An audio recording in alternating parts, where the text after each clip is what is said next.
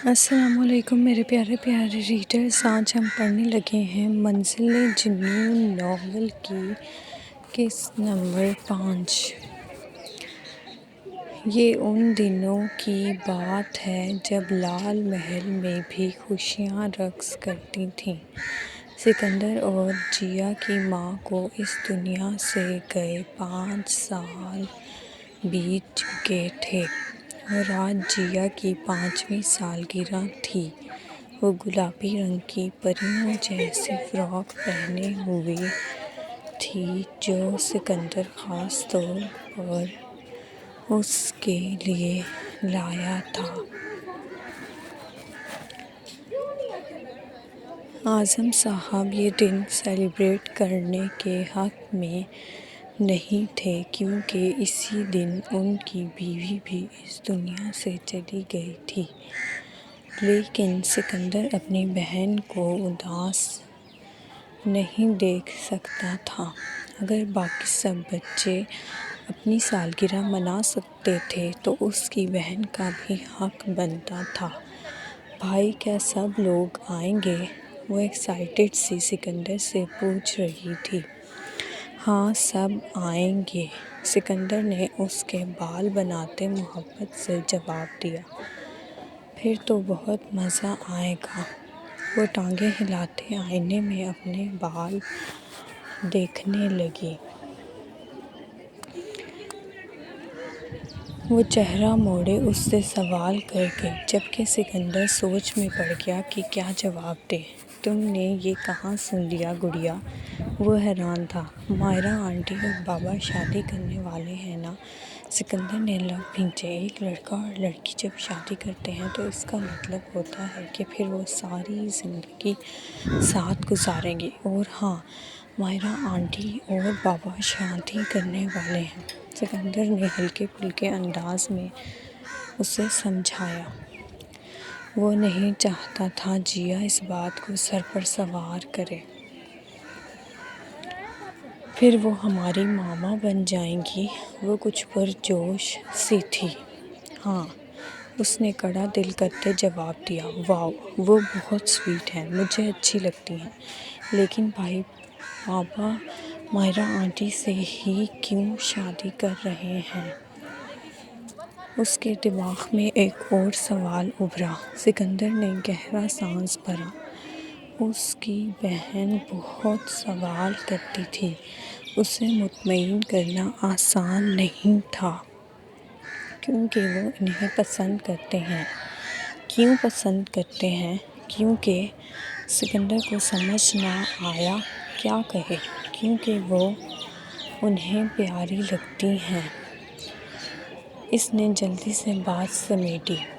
جیا گہری سوچ میں پڑی۔ سکندر نے مسکراتے اسے مصنوعی پر پہنائے۔ وہ اس کی ڈریس کا حصہ تھے۔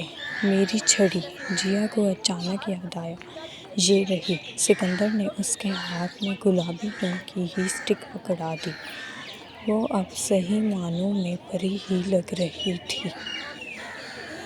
آہستہ آہستہ سبھی مہمان تشریف لانے لگے۔ صبا آنٹی بھی آ گئیں۔ جیا کی نظر دور سے ہی ان پر پڑی تو وہ چہکتے ان تک پہنچی۔ سکندر نفی میں سر ہلاتے خود بھی تیار ہونے چلا گیا۔ آنٹی من نہیں آیا؟ اس کی اوشین بلیو آنکھیں بے تابی سے اسے ڈھونڈنے لگیں۔ آیا ہے، وہ رہا۔ ان کے اشارے پر جیا نے پیچھے دیکھا، جہاں وہ اپنے بھائیوں کے ساتھ کھڑا اس کے بابا سے مل رہا تھا۔ من! وہ وہیں سے چلاتی اس کی جانب بڑھی۔ منان شاہ نے اسے دیکھا تو اس کی آنکھیں چمک اٹھیں۔ چلو من، کھیلتے ہیں۔ وہ اس کا ہاتھ پکڑے کھینچتے ہوئے باہر لان میں لے گئی۔ حنان بھی ان کے ساتھ ہو لیا۔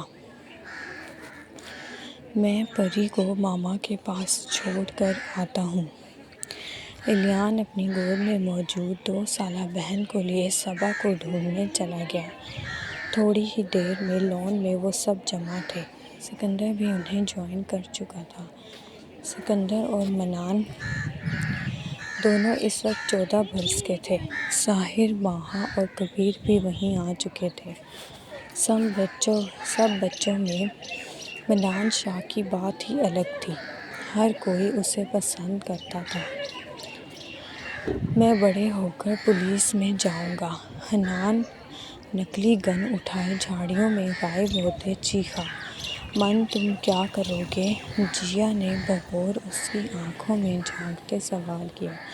اس کی گہری کالی آنکھیں اپنے سارے بہن بھائیوں سے مختلف تھیں۔ ان سب کی آنکھیں گرے تھیں، بالکل صبا آنٹی جیسی، پر منان شاہ کی آنکھیں اپنے باپ کا عکس تھیں۔ وہ سوچ میں پڑ گیا۔ جو بھی کریں گے دونوں ساتھ مل کر کریں گے۔ سکندر نے اس کے کندھے پر ہاتھ رکھتے یاد دہانی کروائی۔ اور تم کیا کرو گی بڑھتے گرل؟ اعظم صاحب نے آتے ہی اسے گود میں اٹھا لیا۔ جیا نے کس کے اپنے بابا کو ہگ کیا۔ بابا، میں من سے شادی کروں گی، مزے سے بولتے وہ اپنی جادوئی اسٹک یہاں وہاں گھمانے لگی، جبکہ اس کے جواب پر کچھ کا منہ کھل گیا تو کچھ پھنسی پھنسی ہنسی ہنسنے لگے، جبکہ منان کے گال شدت سے سرخ پڑ چکے تھے۔ وہ یادیں یاد کرتے جیا کی آنکھ سے آنسو پھسلتا تکیے میں جذب ہو گیا۔ اس وقت وہ آزاد تھی، کھل کر سانس لے سکتی تھی، بات کر سکتی تھی، پر اب تو کسی چیز کی اجازت نہیں تھی۔ پہلے ہی اس کی سانسیں کم گھٹن زدہ تھیں کیا، جو اب بھی وہ آ گیا تھا اس کی سانسوں پر پہرا بٹھانے۔ وہ انہی سوچوں میں غرق تھی جب تھوڑے سے کھڑکے سے کھڑکی کھلی اور وہ اندر چلا آیا۔ جیا اس کے قدموں کی چاپ محسوس کر سکتی تھی۔ لگتا ہے بہت غم منایا جا رہا ہے۔ وہ اس کے گرد اپنے مضبوط بازو ٹکائے اس پر جھک گیا۔ بغور اس کے بہتے آنسو دیکھتے وہ تمسخرانہ مسکرایا۔ جیا نے سختی سے آنکھیں مینچ لیں۔ آنکھیں کھولو، لیو نے سختی سے حکم دیا، پر وہ ہنوز ویسے ہی پڑی رہی۔ میں نے کہا آنکھیں کھولو۔ وہ مزید جھکا کہ ان میں صرف انچ بھر فاصلہ باقی رہ گیا۔ اسے ٹس سے مس نہ ہوتے دیکھ لیو نے جبڑے بھونج لیے۔ ابھی تک صبح کی وجہ سے اس کا سینہ جل رہا تھا۔ اسے ناپسندیدہ نگاہوں سے اس کے گلے میں لپٹا دوپٹہ دیکھا، جسے وہ آج اچھے سے اپنے گرد لپیٹے ہوئے تھی۔ وہ اسی لمحے دوپٹہ کھینچتے اس سے علیحدہ کر گیا۔ جیا نے بوکھلا کر آنکھیں کھول دیں۔ مقابل کی کالی گہری نگاہیں اپنی جمے دیکھ اسے ڈھیروں شرم نے آن گھیرا۔ گالوں پر فوراً سرخی دوڑ گئی۔ لیو بنا دھیان دیے اب اس کے گاؤن کے اوپری بٹن کھول رہا تھا۔ جیا کے اوزان خطا ہوئے۔ وہ تڑپ کر اس کے ہاتھ تھام گئی۔ اپنے نازک ہاتھوں سے اس کے سینے پر دباؤ ڈالتے وہ اسے پیچھے کرنے کی کوشش کرنے لگی۔ دھڑکنوں نے الگ ادھم مچا رکھا تھا۔ وہ پل میں اس نازک جان کا سانس خشک کر چکا تھا۔ لیو نے اس کے بازو جکڑے کمر سے لگائے۔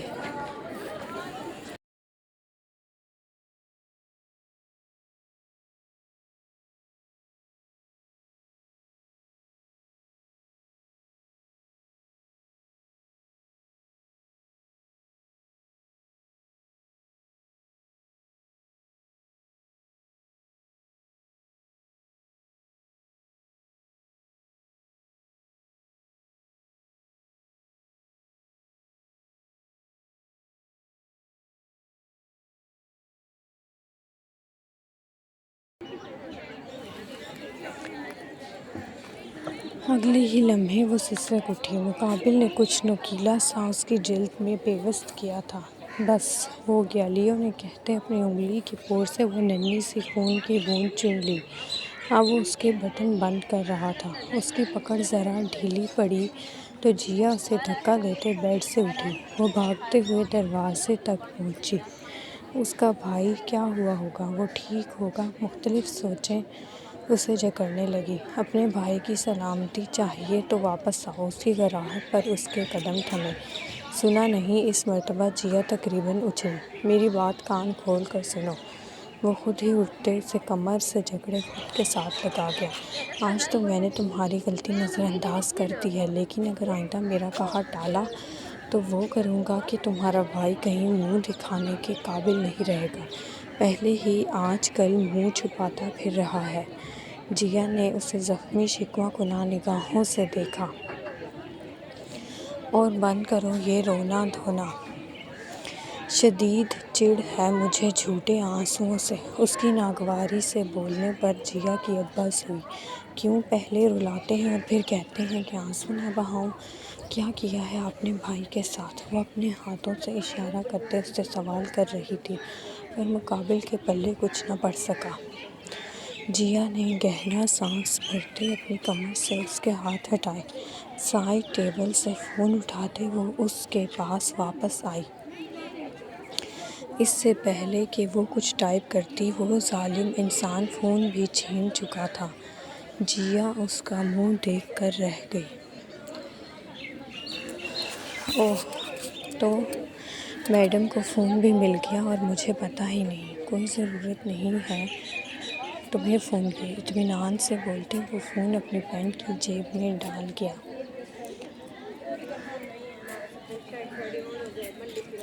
نہ تم یونیورسٹی میں قدم رکھو گی اور نہ فون استعمال کرو گی۔ بیڈ پر بیٹھتے وہ سگریٹ سلگا گیا۔ جیا کچھ پل اسے دیکھے گئی۔ جواباً لیو نے بھی اسے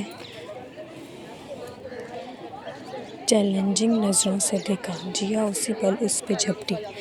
وہ کسی بھی طرح اس کی جیب سے موبائل نکالنا چاہتی تھی۔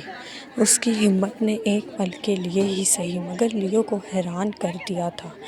وہ اس کی کمر میں ہاتھ ڈالتے اپنی گود میں بٹھا گیا۔ ابھی تو میں نے کچھ چھینا ہی نہیں اور تم اتنا تڑپ رہی ہو۔ انتظار کرو اس وقت کا جب میں تم سے بھی وہی چھینوں گا جو تم نے مجھ سے چھینا۔ پھر دیکھوں گا تمہاری حالت۔ تمہارے باپ بھائی کو میں کہیں منہ دکھانے کے قابل۔ اس کے الفاظ ابھی درمیان میں تھے جب جیا نے اپنے نازک ہاتھ کا تھپڑ اس کے گال پر دے مارا۔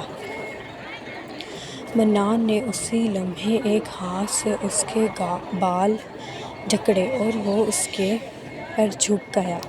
اپنے اندر کی ساری گھلن وہ بے رحمی سے اس پر انڈھیلنے لگا۔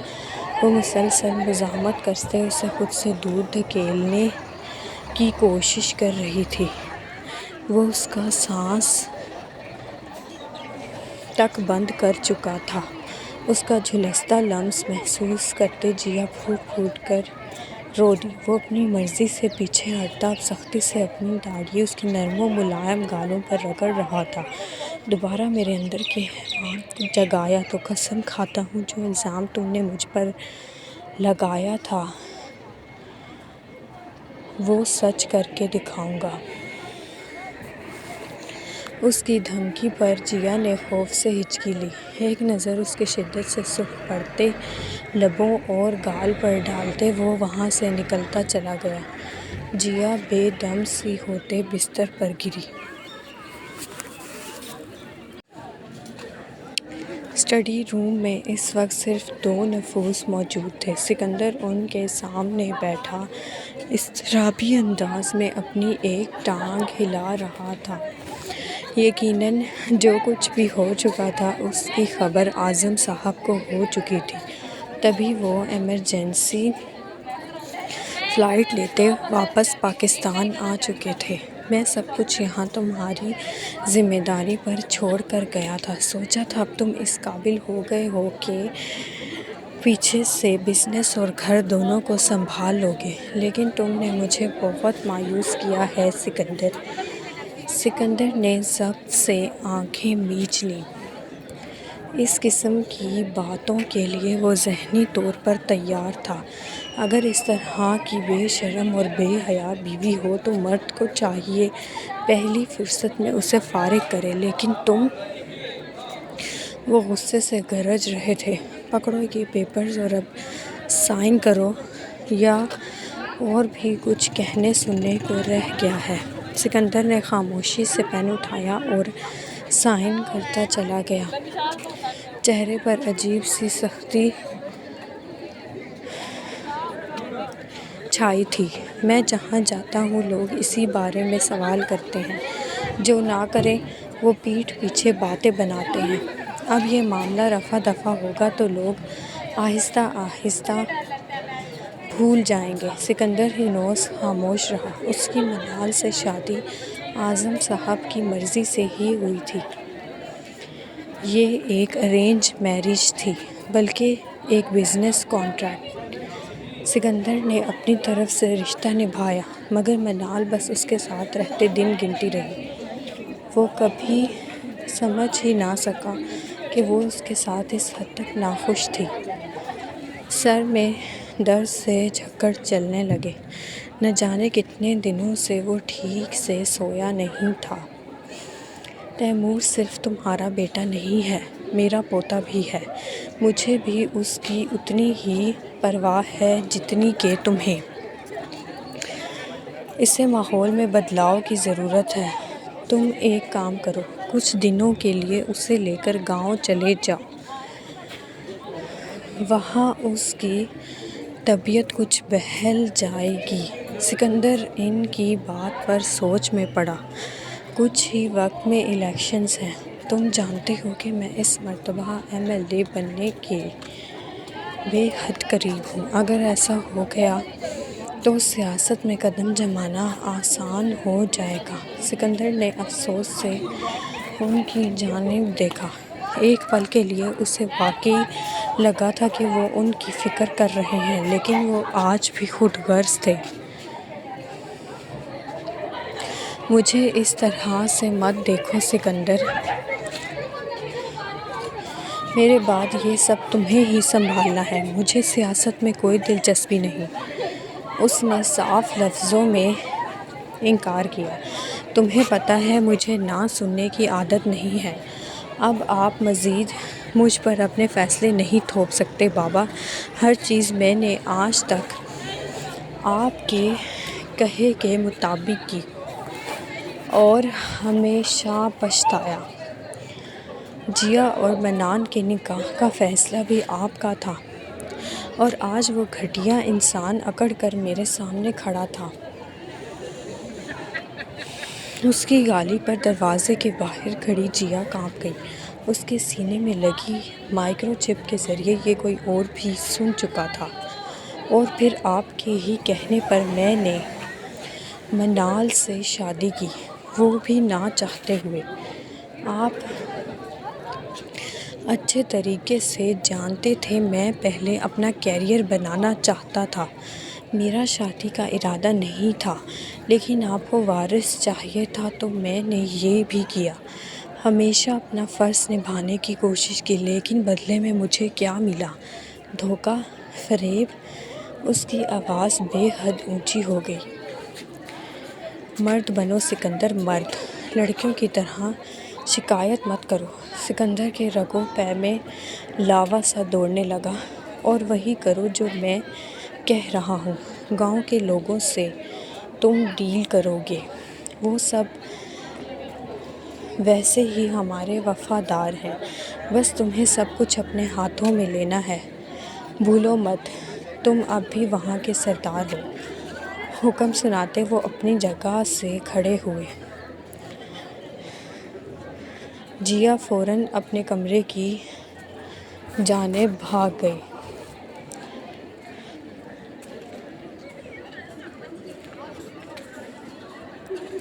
لائک کریں، کمنٹ کریں اور سبسکرائب کرنا نہ بھولیں۔ شکریہ۔